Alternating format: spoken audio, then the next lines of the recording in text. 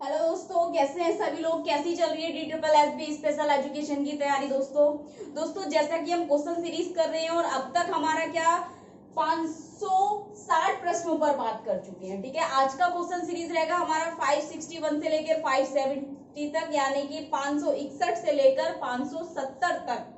तो हमेशा की तरह 20 प्रश्नों पर आज भी हम बात करने वाले हैं, जिसमें क्या है स्पेशल एजुकेशन सेक्शन बी से जितने भी टॉपिक हैं उन सभी टॉपिक से रिलेटेड क्वेश्चन आपको यहाँ मिलेंगे, जिनको बहुत अच्छी तरीके से एक्सप्लेनेशन के साथ सॉल्व कराया जाएगा। ठीक है दोस्तों, तो आप लोग एक कॉपी और पेन ले लीजिए ताकि हर क्वेश्चन के आंसर को आप लिखते रहें, नोट करते रहें। ठीक है, बाद में पूछने की जरूरत ना हो और समझ में भी आ जाएगा। ठीक है, और दूसरा दोस्तों, जिनने अभी तक आगे की क्वेश्चन सीरीज नहीं देखी है तो प्लेलिस्ट में जाकर आप देख सकते हैं या सर्च कर सकते हैं special education hub DSSB exam preparation 2021 करके अगर आप करेंगे तो भी आ जाएगा। ठीक है, या मेरे जो आप वीडियो देख रहे हैं, मेरी क्लासेस जो है उनके नीचे आप डिस्क्रिप्शन में जाएंगे, लिंक पर क्लिक कीजिए। आगे की जितने भी क्वेश्चन सीरीज हैं 1 से लेकर 560 तक की आपको सारी क्वेश्चन सीरीज आपको मिल जाएंगे। अलग से भी मैंने प्लेलिस्ट बना रखी है, उसमें सारी जितनी भी है सीरीज वाइज आपको सारे नंबर वाइज आपको क्वेश्चन मिल जाएंगे उसमें। ठीक है, तो दोस्तों देख लीजिएगा।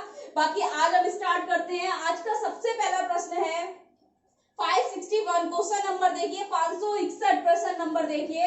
लगातार बढ़ने वाली कमजोरी जिसमें मांसपेशियां नष्ट होकर तंतुओं में चर्बी तथा फाइब्रस तंतु जमा होते हैं, कहा जाता है। यह क्वेश्चन आपसे इस तरीके से पूछेगा। ठीक है, क्योंकि बोर्ड है दोस्तों, बोर्ड में क्या है ना, बहुत बड़ा क्वेश्चन एक तरीके में नहीं बता सकती है, लिख करके नहीं हो सकता सॉल्व। दूसरा, अगर सारी कंडीशन, किसी कंडीशन के सारे सिम्टम्स या कॉजेज उसमें अगर हम देखते हैं तो समझ नहीं आएगा। ठीक है, एक तरीके से वो हमको पूरा पता चल जाएगा क्या पूछ रहा है। ठीक है, लेकिन क्वेश्चन किस तरीके से पूछेगा आपको किसी कंडीशन के बारे में, इन्होंने कहा है लगातार बढ़ने वाली, यानी कि ना रुकने वाली कमजोरी, लगातार बढ़ने वाली कमजोरी। ठीक है, जिसमें मांसपेशियां नष्ट हो जाती हैं और उनमें, उनके तंतुओं में चर्बी तथा फाइब्रस तंतु जमा हो जाते हैं।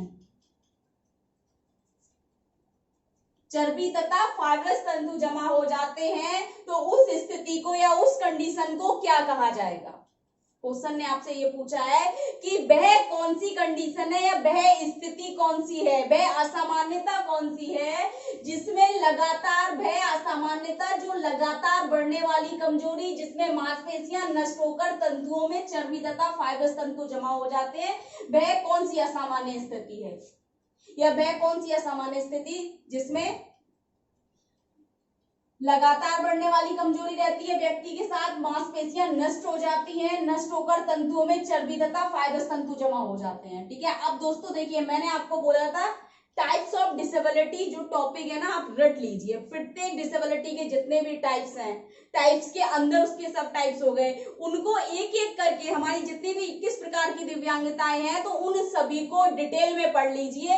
अब ये शारीरिक दिव्यांगता से आया है। ठीक है, फिजिकल डिसेबिलिटी का ये क्वेश्चन है और ये किसमें आया, लगातार बढ़ने वाली कमजोरी जिसमें मांसपेशियां नष्ट होकर तंतुओं में चर्बी तथा फाइब्रस तंतु जमा हो जाते हैं, वह स्थिति क्या कहलाती है, मांसपेशीय क्षरण। मांसपेशी क्षरण यानी कि मस्कुलर डिस्ट्रॉफी। मस्कुलर डिस्ट्रॉफी है ना, फिजिकल डिसेबिलिटी का एक टाइप है मांसपेशीय क्षरण। मांसपेशीय क्षरण में क्या होता है दोस्तों, लगातार बढ़ने वाली कमजोरी। ठीक है, धीरे धीरे और लगातार बढ़ने वाली कमजोरी जिसमें मांसपेशियां नष्ट हो जाती हैं और उनके तंतुओं में चर्बी तथा फाइब्रस तंतु जमा हो जाते हैं। ठीक है, तो वह स्थिति क्या कहलाती है, मस्कुलर डिस्ट्रॉफी, मांसपेशीय क्षरण कहलाती है। ठीक है, नेक्स्ट देखिए दोस्तों 562 प्रश्न नंबर देखिए, 562 प्रश्न नंबर, सेरिब्रो स्पाइनल द्रव के आयतन में वृद्धि की असामान्यता क्या कहलाती है। कहां से आया ये क्वेश्चन, क्वेश्चन आपका इंटेलेक्चुअल डिसेबिलिटी का है, उससे रिलेटेड क्वेश्चन है, उससे रिलेटेड कंडीशन है। इस कंडीशन के कारण ही इंटेलेक्चुअल डिसेबिलिटी उत्पन्न होती है। अगर हम कह सकते हैं सेरिब्रोस्पाइनल द्रव, सेरिब्रोस्पाइनल फ्लूइड जो है उसके आयतन में वृद्धि की असामान्यता क्या कहलाती है। जब व्यक्ति के सेरिब्रोस्पाइनल फ्लूइड बढ़ जाता है, उसके आयतन में वृद्धि हो जाती है, तो वह असामान्यता स्थिति क्या कहलाती है? तो वह कहलाती है हाइड्रोसेफेली। हाइड्रोसेफेली,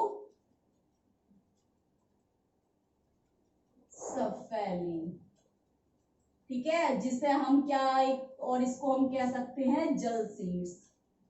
जल सीड्स, हिंदी में जल सीड्स कहते हैं इसको, ठीक है दोस्तों। हाइड्रोसेफेलिस, इसके लक्षण क्या है? लक्षणों से ही पहचान सकते हो। हाइड्रोसेफेलिस में क्या होता है? जब सेरिब्रोस्पाइनल द्रव के आयतन में वृद्धि होती है तो सिर का आकार बड़ा हो जाता है, यानी कि सिर का आकार क्या है? बहुत बड़ा हो जाता है। शरीर के अनुसार या उसकी आयु के अनुसार सिर का आकार बहुत बड़ा दिखने लगता है। हाइड्रोसेफेलिस, जिसे जल सीड्स कहा जाता है, क्योंकि सेरिब्रोस्पाइनल फ्लूइड का है, उसके आयतन में वृद्धि हो जाती है, द्रव्य बढ़ जाता है उसके, तो उसके कारण क्या होता है? जब उसके आयतन में वृद्धि होती है तो सिर का आकार भी बड़ा हो जाता है, जिसके कारण बच्चा क्या हो जाता है? बौद्धिक असक्षम हो जाता है, ठीक है। नेक्स्ट देखिए दोस्तों 563, दूसरों के शब्दों या वाक्यों का अनुकरण, अनैच्छिक और निरर्थक ही दोहराना क्या कहलाता है?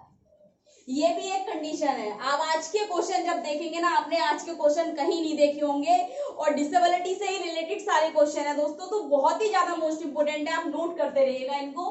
दूसरों के शब्दों को दोहराना, यहाँ अनुकरण लिखा है, ये अनुकरण करना, अनैच्छिक और निरर्थक ही दोहराना क्या कहलाता है? बिना किसी इच्छा के ही क्या है? दोहराते रहना, उनका अनुकरण करते रहना, अर्थहीन अनुकरण करना, अनैच्छिक रूप से दोहराना, निरर्थकता के कारण या उसके निरर्थकता के रूप में दोहराना, तो वह स्थिति क्या कहलाती है? वह स्थिति दोस्तों इकोलेलिया कहलाती है। और इकोलेलिया कंडीशन अगर आपका प्रश्न आ जाए, इकोलेलिया किन बच्चों में पाया जाता है या इकोलेलिया से संबंधित बच्चे कौन से हैं, ठीक है, ये तो दोस्तों वह किसमें? जिनमें भाषा विकार यानी कि लैंग्वेज डिसऑर्डर, हम कह सकते हैं हमारे ऑटिस्टिक बच्चों में ज्यादा देखने को मिलता है, ठीक है, या जिनको स्पीच प्रॉब्लम रहती है, ठीक है। तो दोस्तों दूसरे शब्दों और वाक्यों का अनुकरण, अनैच्छिक और निरर्थक ही दोहराना इकोलेलिया कहलाता है। इकोलेलिया।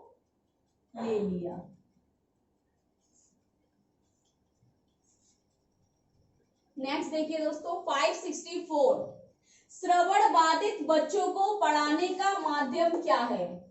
प्रश्न आपको इस तरीके से आ जा सकता है, श्रवण बाधित बच्चों को किस तरीके से पढ़ाया जाना चाहिए, ठीक है, क्योंकि ना वो बोल सकते हैं और ना ही सुन सकते हैं, ठीक है, मुख बधिर आ सकता है यहाँ पर, ठीक है। तो श्रवण बाधित बच्चों को पढ़ाने का जो माध्यम होता है वह माध्यम है सांकेतिक भाषा के द्वारा हम उन बच्चों को शिक्षा प्रदान कर सकते हैं। सांकेतिक भाषा के द्वारा, यानी कि साइन लैंग्वेज के माध्यम से हम उनको शिक्षा प्रदान कर सकते हैं। नेक्स्ट देखिए 565, मनोविश्लेषणात्मक विधि के प्रवर्तक कौन है? मनोविश्लेषणात्मक शब्द आपको कहीं दिख जाए तो बिना देखे फ्रॉइड लगा देना।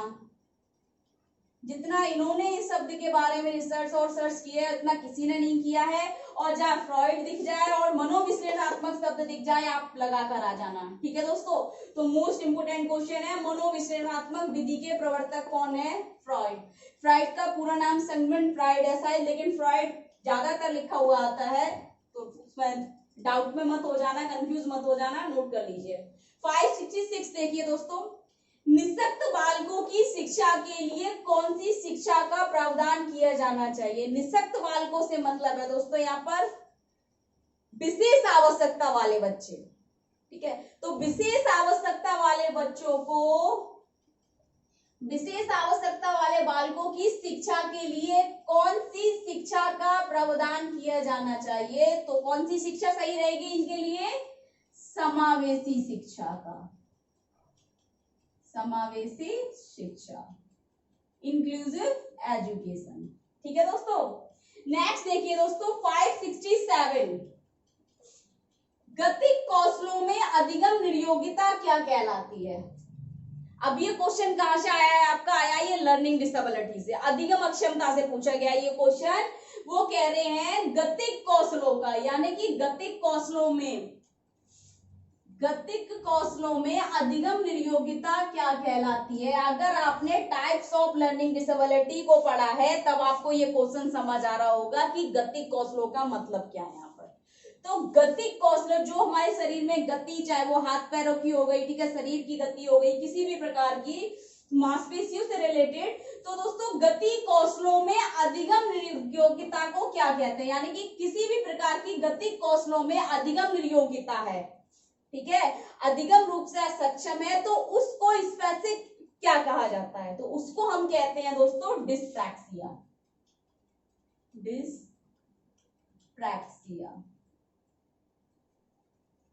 ठीक। नेक्स्ट देखिए दोस्तों 568 NCERT की स्थापना किस वर्ष हुई? तो दोस्तों 1961 में। ठीक, बार बार कहते हैं हिस्ट्री ऑफ स्पेशल एजुकेशन देखिए, आपको सारे एक्टों के बारे में पता चल जाएगा, ठीक है, जितने भी हमारी एजेंसीज हो गई, इंटरनेशनल नेशनल बॉडीज हो गई, सबके बारे में आपको, इंटरनेशनल इंस्टीट्यूट हो गए, सबके बारे में उनकी हिस्ट्री आपको मिल जाएगी। तो इसीलिए हिस्ट्री ऑफ स्पेशल एजुकेशन देखिए आपको, तो उसमें से कम आपके 10 नंबर पक्के हैं। ये बात मैं हर बार बोलती हूँ, हर क्लास में बोला जा रहा है कि टाइप्स ऑफ डिसेबिलिटी और हिस्ट्री ऑफ स्पेशल एजुकेशन, ये दो टॉपिक्स आप अपने क्लियर कर लीजिए अच्छे से। 569 कौन सा शिक्षण उत्तम शिक्षण कहलाता है? प्रभावशाली शिक्षण पढ़ा हमने, ठीक है, बेहतर शिक्षण। उत्तम शिक्षण का मतलब क्या है दोस्तों? उत्तम शिक्षण, क्वेश्चन कह रहा है कौन सा शिक्षण उत्तम शिक्षण कहलाता है? तो दोस्तों उत्तम शिक्षण वह शिक्षण है जिसे उपचारात्मक शिक्षण कहा जाता है। उपचारात्मक शिक्षण, उपचारात्मक शिक्षण। और उपचारात्मक शिक्षण हम बच्चों की कमियों को पूरा करने के लिए देते हैं, ठीक है। उपचारात्मक शिक्षण का उपयोग हम कब करते हैं? जब बच्चों की कोई त्रुटियां हैं या कोई कमियां हैं, कोई गैप्स फिल करने हैं। अगर हम बात करें एग्जांपल के रूप में, तो हम लर्निंग डिसेबिलिटी वाले स्टूडेंट्स के लिए उपचारात्मक शिक्षण कराते हैं, जिसे रिमेडियल टीचिंग कहते हैं। क्या कहते हैं दोस्तों? Remedial teaching.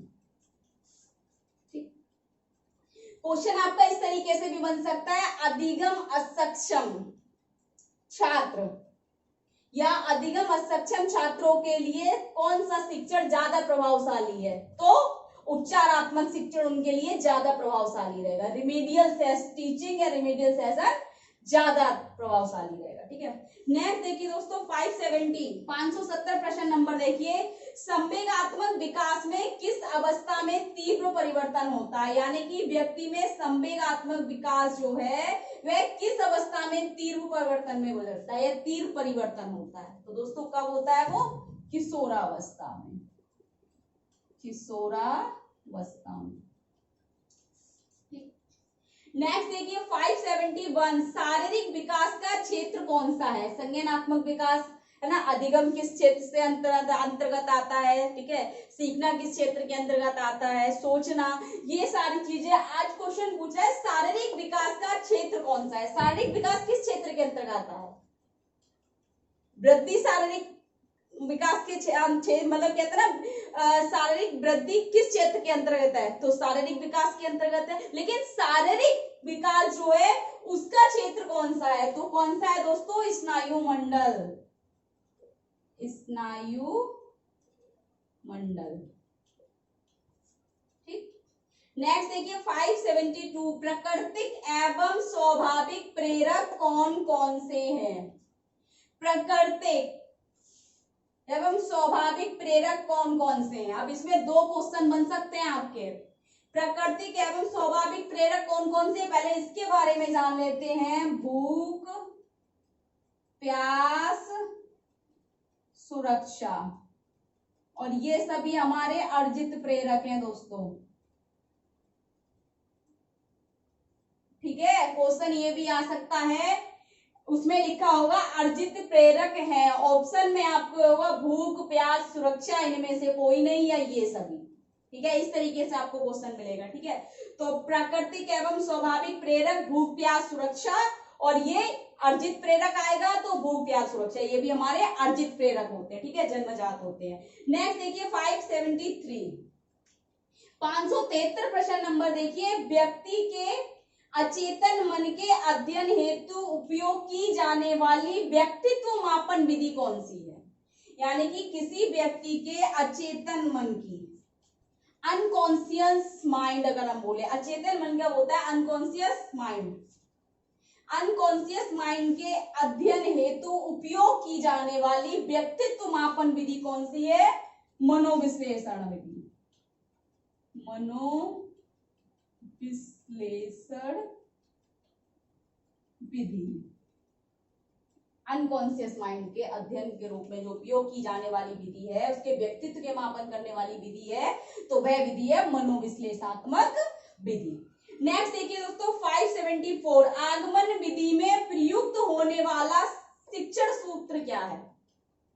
आगमन विधि, निगमन विधि। आगमन विधि जो उदाहरण से नियम की ओर चलती है, निगमन विधि जो नियम से उदाहरण की ओर चलती है। ठीक है, तो दोस्तों आगमन विधि जो उदाहरण से नियम की ओर चलती है, तो आगमन विधि में प्रयुक्त होने वाला जो सूत्र है, वह सूत्र क्या है दोस्तों? उसको कहा जाता है ज्ञात से अज्ञात की ओर। आगमन विधि में उदाहरण से नियम बनाए जाते हैं और निगमन विधि में नियम से उदाहरण तक पहुंचा जाता है। ठीक है, नेक्स्ट देखिए 575, शिक्षकों के एक समूह द्वारा किया जाने वाला शिक्षण क्या कहलाता है? यानी कि क्वेश्चन कह रहा है आपका, शिक्षकों के एक समूह द्वारा किए जाने वाला शिक्षण क्या कहलाएगा? कोई भी शिक्षण का एक समूह है, शिक्षकों के एक समूह द्वारा, मतलब शिक्षकों कई सारे शिक्षक हैं, उस समूह के द्वारा जो शिक्षण किया जा रहा है, तो वह शिक्षण कौन सा शिक्षण है? तो उसे कहते हैं दोस्तों दल शिक्षण। दल शिक्षण। बहुत ज्यादा गर्मी हो रही है। नेक्स्ट देखिए दोस्तों 576, उच्च कक्षाओं में गणित की कौन कौन सी शिक्षण विधियां ज्यादा लाभदायक होती हैं?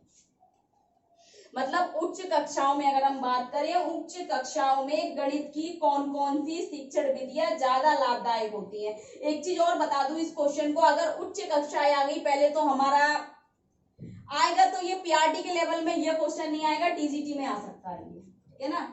पीआरटी में नहीं पूछा जाएगा, पीआरटी में केवल प्राथमिक स्तर के ही क्वेश्चन आएंगे। अब ये आएगा आपका टीजीटी में। ठीक है, उच्च कक्षाओं में गणित की कौन सी शिक्षण विधियां ज्यादा लाभदायक होती हैं? तो कौन सी है गणित के लिए दोस्तों? सबसे ज्यादा लाभदायक होती है निगमन विधि। निगमन विधि जिसमें क्या है, हम नियम से उदाहरण की ओर चलते हैं या नियम के अनुसार उदाहरण तक चलते हैं।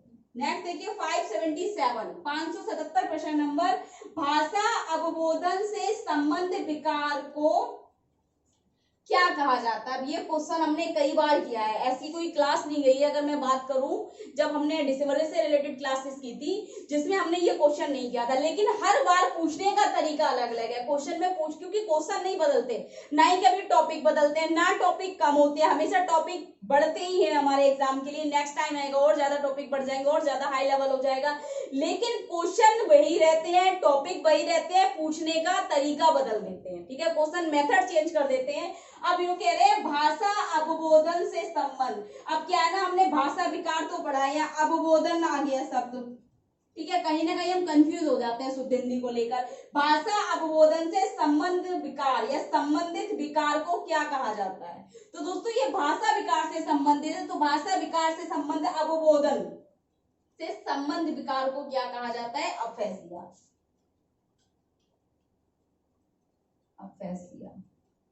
ठीक है, अधिगम निर्योग्यता जो है, इसमें हमारा अधिगम असक्षमता वाले जो बच्चे हैं, ठीक है, जिनमें भाषा की परेशानी, संप्रेक्षण की परेशानी होती है, जिसको क्या कहा जाता है? ये एक टाइप है लर्निंग डिसेबिलिटी का, अफेसिया। ठीक, भाषा विकार है। 578 देखिए दोस्तों, विज्ञान विधि की 3 विधियां कौन कौन सी हैं? प्रयोग विधि हो गई, अवलोकन विधि हो गई, एक विधि और है निबंधन विधि। तो ये 3 विधियां कौन सी है? एक किसकी है? ये विज्ञान विधि की 3 विधियां हैं। पहली हो गई अवलोकन, दूसरी हो गई प्रयोग, तीसरी हो गई निगमन। ठीक है। नेक्स्ट देखिए दोस्तों 579, नियम से उदाहरण की ओर किस शिक्षण विधि से संबंधित है? मतलब कौन सी शिक्षण विधि ऐसी है जिसमें नियम से उदाहरण की ओर चला जाता है या उदाहरण तक पहुंचा जाता है या उदाहरण निकाला जाता है। ठीक है, तो दोस्तों नियम से उदाहरण की ओर कौन सी विधि है? जैसे कि अभी बताया, तो नियम से उदाहरण तक पहुंचने वाली विधि है निगमन विधि। कौन सी विधि है? निगमन विधि। और यहां पर अगर आ जाए नियम से उदाहरण की ओर निगमन विधि, उदाहरण से नियम की ओर किस विधि से संबंधित है? तो आगमन विधि हो जाएगा, इसका सेम उल्टा, उदाहरण से नियम की ओर। ठीक है। नेक्स्ट देखिए 580 प्रश्न नंबर देखिए दोस्तों, किस आयु वर्ग के बच्चों के लिए शिक्षा का अधिकार कानून एक मौलिक अधिकार है? देखिए दोस्तों, मैंने अभी लास्ट क्लास जो की थी डीएड की एसएस से, ठीक है, सर्व शिक्षा अभियान में, जिसमें ये 2001 में क्या बताया था उन्होंने कि जब ये 2001 में एसएस जो बना बच्चों के लिए शिक्षा अधिकार, उस समय क्या किया, 86वें संशोधन के बाद संविधान का जो 86वां संशोधन था उसमें कहा गया था कि शिक्षा का जो मौलिक अधिकार है उसमें क्या कहा कि 6 से 14 वर्ष तक के सभी बच्चे, राइट टू एजुकेशन जो है 6 से 14 वर्ष के सभी बच्चों के लिए शिक्षा का अधिकार कानून एक मौलिक अधिकार बना। तो किन, इसमें पूछा है किस वर्ग के बच्चों के लिए, किस आयु वर्ग के बच्चों के लिए?